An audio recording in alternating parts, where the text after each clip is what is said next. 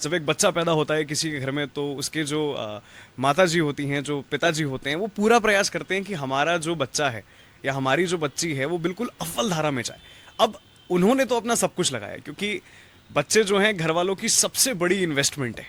अब वो इन्वेस्टमेंट बाद में कितनी जायज़ होती है नहीं होती है, यह तो बात की बात है। देखिए, आप विश्वविद्यालय परिसर में पढ़ते हैं, एक छात्र हैं, आपकी पूरी टीम जो यहाँ पे मुझे देखने को मिल रही है वो छात्र संगठनों में आती है, वह पढ़ाई कर रहे हैं अभी, तो ये बहुत अच्छी बात है। अब देखिए, सोचने वाली बात यह है कि शिक्षा बिना चरित्र के कोई शिक्षा नहीं। अगर शिक्षा में चरित्र ही नहीं तो वो शिक्षा किस बात की। हाल ही में हम सभी लोगों को सुनने में आया कि कलकत्ता में क्या हुआ, हमें सुनने में आया कि रुद्रपुर में क्या हुआ, जो उत्पीड़ना, जो प्रताड़ना उन बच्चियों के साथ हुई, इस शिक्षा के माध्यम से हम कैसे जोड़ सकते हैं? जोड़ ही नहीं सकते, क्योंकि यहाँ चरित्र लेखन तो कहीं आया ही नहीं, यहाँ चरित्र की बात तो कहीं हुई नहीं। अभी आज जिस दिन हम ये पॉडकास्ट को रिकॉर्ड कर रहे हैं, कुछ समय बाद हिंदी दिवस मनाया जाएगा।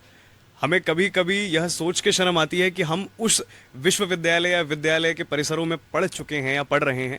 यहाँ मैं अपनी बात नहीं कर रहा हूँ, उन तमाम विश्वविद्यालय या विद्यालयों की बात कर रहा हूँ जहाँ हिंदी बोलने पर जुर्माना लगाया जाता है।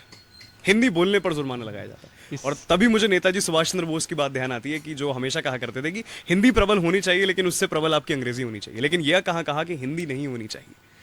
हिंदी हमारी जो भाषा है वो अपने आप में बहुत उत्तीर्ण है, लेकिन कभी कभी इस बात को सोच के संकोच होता है कि हम इसी भाषा को बोलने में शर्मा रहे हैं, हम इसी भाषा को आगे बढ़ाने में शर्मा रहे हैं, हम इसी भाषा के बोल में सोच रहे हैं कि नहीं यार ये नहीं बोलेंगे, ये बोलेंगे तो थोड़ा ऑकवर्ड लगेगा, जबकि ये हमारी पहचान है।